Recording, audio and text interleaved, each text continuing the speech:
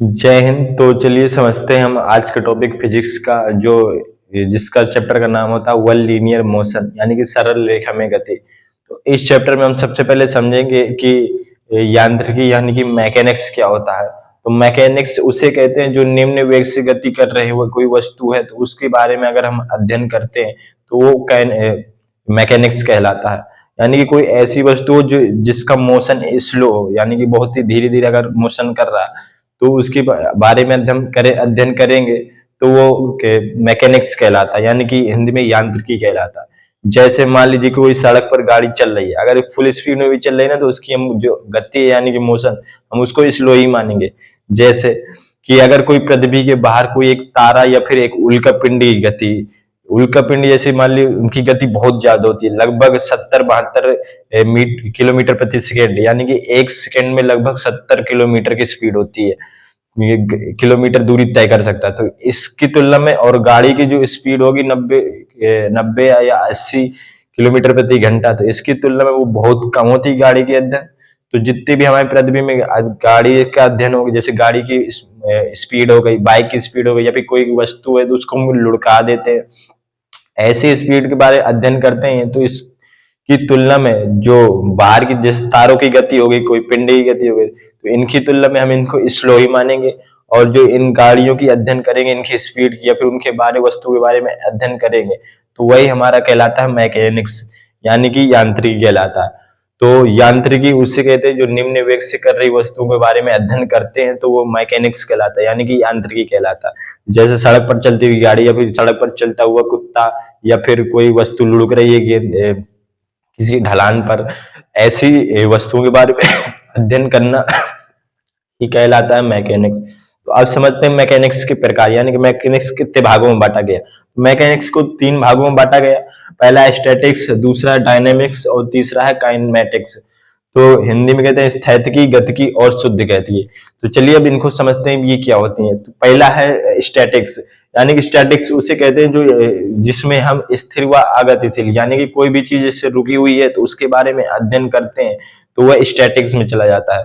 जैसे मान लीजिए सड़क पर किसी सड़क के किनारे कोई एक बाइक खड़ी है या फिर कार खड़ी है, तो अगर उस वस्तु के बारे में अध्ययन करेंगे कि कार का वजन कितना है या फिर कार का कितना गुरुत्वीय बल नीचे की ओर लग रहा है, या फिर उसकी जो पूरा एरिया, ऐसे कार के बारे में अगर डिटेल से हम अध्ययन करते हैं, तो वो पूरा अध्ययन कहलाता है स्टैटिक्स, यानी कि यांत्रिकी की स्टैटिक्स भाग में चला जाएगा।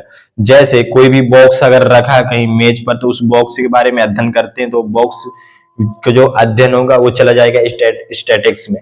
या फिर जैसे मान लीजिए कि कोई चश्मा लगा है, चश्मा उसके नाक पे रखा है, जैसे तो उस चश्मे की जो चश्मा है, तो वो मोशन में नहीं है, यानी कि स्थिर है, यानी कि स्थैतिकी है, तो वो चला जाएगा स्थैतिकी में, यानी कि स्टैटिक्स में।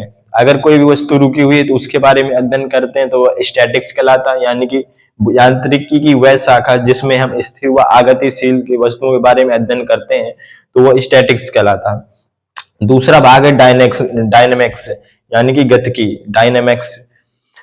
तो यांत्रिकी की वह शाखा जिसमें हम गति के साथ साथ उसके कारक, यानी कि जैसे मान लीजिए कोई भी गाड़ी चल रही है, तो कितने स्पीड से अगर चले उसके बारे में अध्ययन करना है। तो वो गाड़ी किस कारण से चल रही है, जैसे मान लो गाड़ी कोई चल रही है पहिए की वजह से, या फिर उसके इंजन के बारे में, इंजन से चल रही है, तो गाड़ी के साथ साथ अगर उसका अध्ययन इस गति के करोगे, तो उसके साथ साथ इंजन के भी या फिर पहिए का, या फिर उसमें कितना घर्षण बल लग रहा है, तो उस सारी चीजों का अध्ययन है। किन किन कारणों से गाड़ी जो मोशन में है, उनका साथ में अध्ययन करना ही कहलाता है डायनेमिक्स, यानी कि गति के साथ साथ किस गति जो है वो किस कारण की वजह से उत्पन्न हो रही है, साथ में उसका भी अध्ययन करना ही कहलाता है डायनेमिक्स।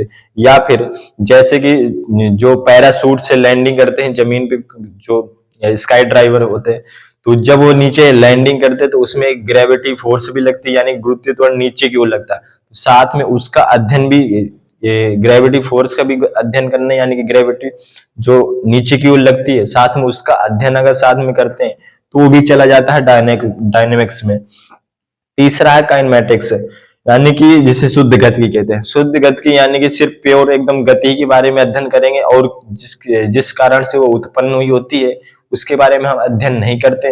तो वह प्योर शुद्ध गति कहलाता है, जिसे हम काइनेमैटिक्स कहते हैं।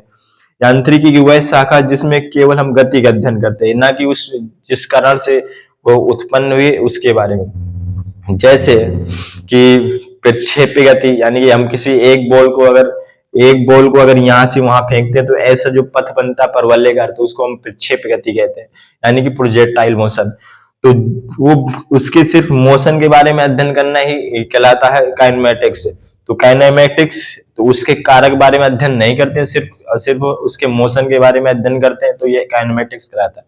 तो मैकेनिक्स 3 भागों में बटा है, पहला है स्टैटिक्स, दूसरा डायनेमिक्स और तीसरा है काइनेमैटिक्स। चलिए समझते हैं अब रेफरेंस पॉइंट क्या होता है, जिसे हम संदर्भ बिंदु या फिर प्रारंभिक बिंदु भी यानी कि स्टार्टिंग पॉइंट भी कहते हैं।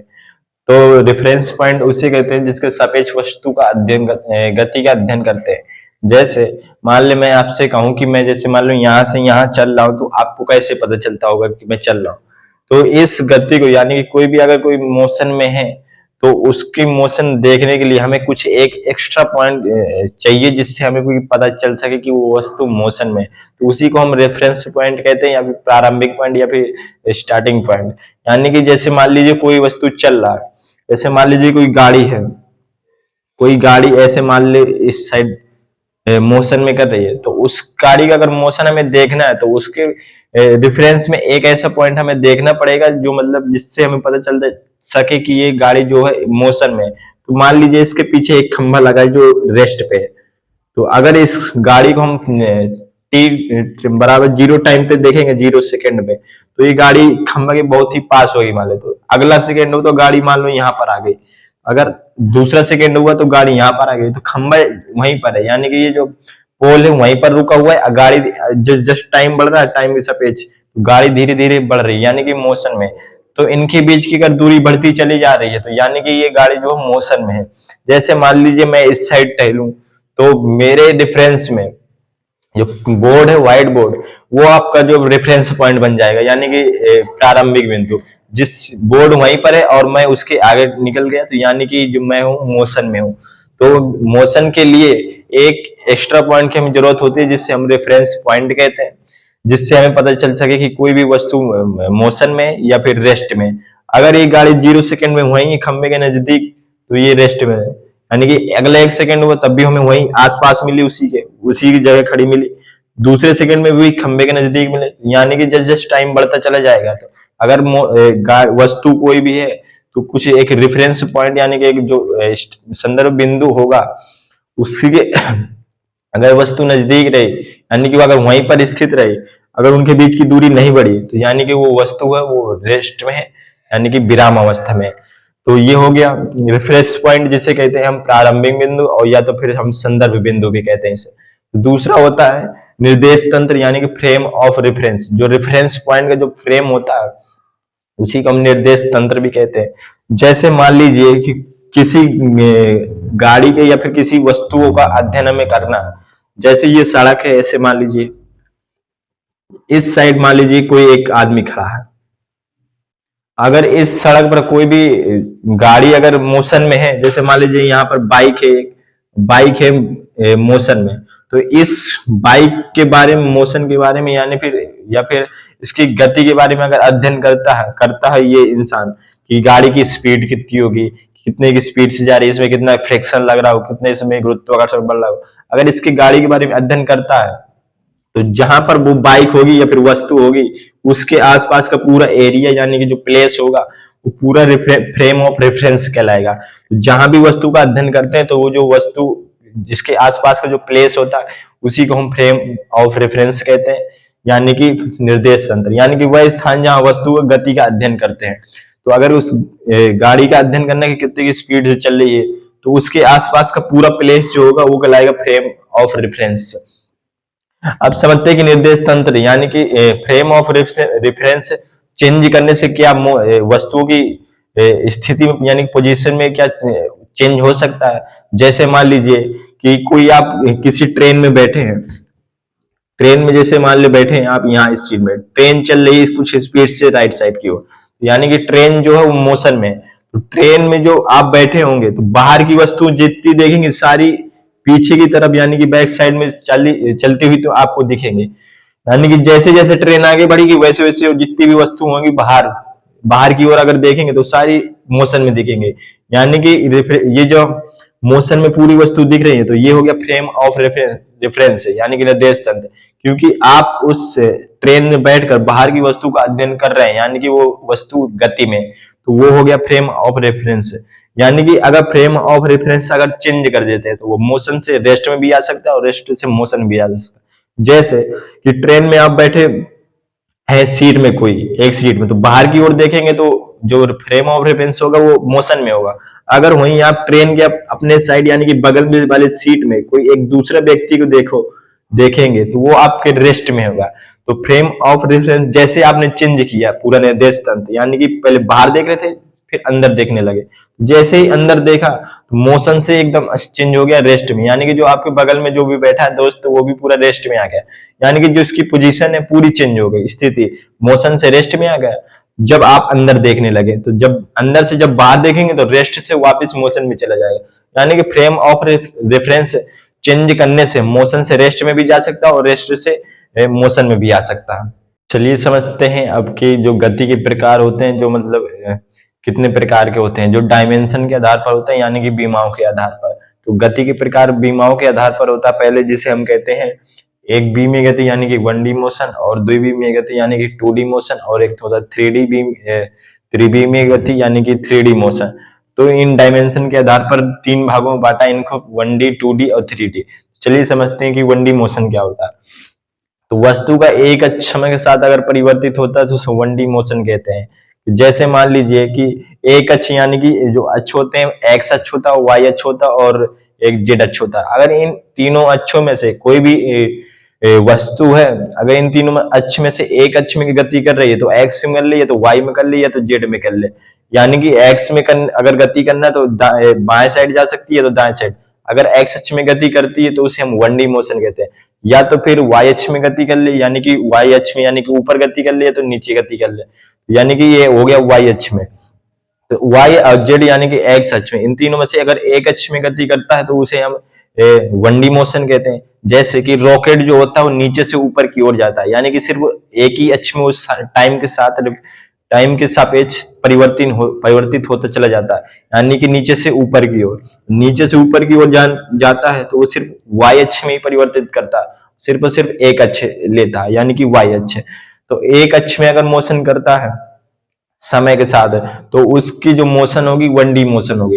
या तो फिर एक्स अक्ष में चल रहे, जैसे कि मान लीजिए कोई रस्सी है, रस्सी में एक रस्सी को हम ऐसे मान ले बांध देते हैं, तो उसके ऊपर मान लो चींटी कोई चल रही है, तो चींटी का रस्सी पर चलना यानी कि सिर्फ और सिर्फ वो एक ही अक्ष में चल सकती है, या तो आगे चल रही है या तो फिर पीछे चल रही। तो अगर एक अक्ष में गति करता है कोई भी वस्तु या फिर कोई भी चीज जो है तो वो 1D मोशन में चला जाएगा, यानी कि उसकी जो मोशन होगी 1D मोशन होगी, यानी कि एक बीमीय गति। तो जैसे चींटी के चलना या फिर रॉकेट की गति, या तो फिर किसी वस्तु को हम ऊपर की ओर फेंकते तो वापस वो नीचे आ जाती है, यानी कि ऊपर गई और नीचे आ गई, ऊपर और नीचे सिर्फ एक ही अक्ष में, यानी कि वाई अक्ष में ही गति करेगा वो भी समय के साथ। तो कोई भी वस्तु अगर मोशन कर रही है तो कुछ ना कुछ टाइम लेगी, जिससे हमें समय के सापेक्ष कह देते। समय के साथ अगर वो किसी एक अक्ष को परिवर्तित करती, यानी कि या फिर ऊपर जाए या फिर नीचे आए, वाई अक्ष आगे पीछे करे तो यानी कि एक्स अक्ष। तो ऊर्ध्वाधर फेंकी गई वस्तु तो इसकी जो मोशन होगी वो भी 1D मोशन में चली जाएगी। तो दूसरा आता है 2D मोशन, जिसे हम द्विविमीय गति कहते हैं। तो वस्तु का दो अक्ष के समय के साथ अगर परिवर्तित हो रहा है, यानी कि दो अक्ष, जिसे हम इसको हम समतल प्लेन में मोशन भी कहते हैं, यानी कि जो समतल में गति है। समतल उसे कहते हैं जिसमें सिर्फ दो अक्ष हो, एक एक्स हो और एक वाई हो। तो समतल में गति पहले आ जाती है सांप की गति। जैसे मान लीजिए सांप ऐसे ऐसे चलता है, तो सांप एक्स अक्ष में भी चलता है, यानी कि आगे की ओर या तो फिर पीछे की ओर, और एक सांप ऊपर की ओर भी चलता है और नीचे की ओर, यानी कि वाई अक्ष में भी चलता है। जैसे मान लीजिए वृत्ताकार गति, यानी कि कोई भी सर्कुलर मोशन में गति कर रहा है, उसकी जो मोशन होगी वृत्ताकार में होगी। वृत्ताकार मान लीजिए कोई भी वस्तु, ऐसे कोई झूला है, ऐसे झूला में यहाँ मान लीजिए कई लोग बैठे हैं, तो उनकी जो मोशन होगी ये समतल मोशन में होगी, प्लेन में मोशन होगी, और इस मोशन को हम 2D मोशन कहेंगे। तो ये समय के साथ दो अच्छे परिवर्तित करेगा। अगर वो दाएं जाएगा तो यानी कि एक्स अक्ष में, ऊपर गया तो वाई अक्ष में, फिर बाएं आया यानी कि एक्स अक्ष साइड, फिर नीचे गए यानी कि वाई अक्ष में। तो ये दो एक्स और वाई, ये दो अक्ष को समय के साथ परिवर्तित कर रहा है। तो ऐसी गति गति को हम 2D मोशन कहेंगे, यानी कि द्विमीमीय गति। फुटबॉल की गति, यानी कि कोई भी फुटबॉल मैच में या स्टेडियम में कोई फुटबॉल खेल रहा है, तो ये तो फिर वो आगे जा सकता है, ये तो पीछे जा सकता है फुटबॉल को लेके, ये तो ऊपर नीचे जा सकता है। तो यानी कि जो उसकी मोशन होगी वो भी 2D मोशन होगी, यानी कि 2 डायमेंशन मोशन, यानी जिसे हम हिंदी में कहते हैं द्विमीमीय गति। प्रक्षेप गति, तो प्रक्षेप गति को हम प्रोजेक्टाइल मोशन कहते हैं, वो भी एक एक्स अक्ष को काटता है और वाई अक्ष को समय के साथ परिवर्तित करता है। इसकी जो मोशन होगी वो भी हो जाएगी 2D मोशन, यानी कि 2 डायमेंशन मोशन। तीसरा हो जाता है त्रिविमीय गति, यानी कि 3D मोशन। 3D मोशन में एक्स अक्ष, वाई अक्ष और जेड अक्ष, तीनों अक्ष समय के साथ अगर काटेगा या फिर तीनों अक्ष में परिवर्तित होगा समय के साथ, तो उसकी मोशन को हम 3D मोशन कहेंगे, यानी कि त्रिविमीय गति। जैसे कि मान लो ऊपर भी गति कर सकता है, नीचे भी गति कर सकता है, बाएं साइड भी गति कर सकता है, दाएं साइड भी गति कर सकता है, आगे भी जा सकता है, पीछे भी जा सकता है, यानी दाएं बाएं ऊपर नीचे आगे पीछे हर जगह अगर जा सकता है, तो उसकी जो मोशन होगी वो 3D यानी कि त्रिविमीय गति होगी। जैसे कि उड़ती हुई पतंग, तो पतंग जो आगे पीछे ऊपर नीचे दाएं बाएं हर जगह जा सकती है, यानी कि उसकी जो मोशन होगी वो 3D में होगी। और दूसरी प्लेन एरोप्लेन भी ऊपर नीचे हर जगह जा सकती है, यानी कि तीनों अक्ष को चेंज कर सकती है टाइम के साथ रेस्पेक्ट में। तो प्लेन की गति पक्षी गति, और जितने भी हमारे वायुमंडल में गैस है, जो गैस के भी अणु होते हैं यानी कि मॉलिक्यूल्स, उनकी जो मोशन होगी तीनों अक्ष में समय के साथ यानी कि टाइम के रेस्पेक्ट में चेंज होती रहेगी। तो गैस के अणुओं की गति भी जो होती है वो 3D में होती है।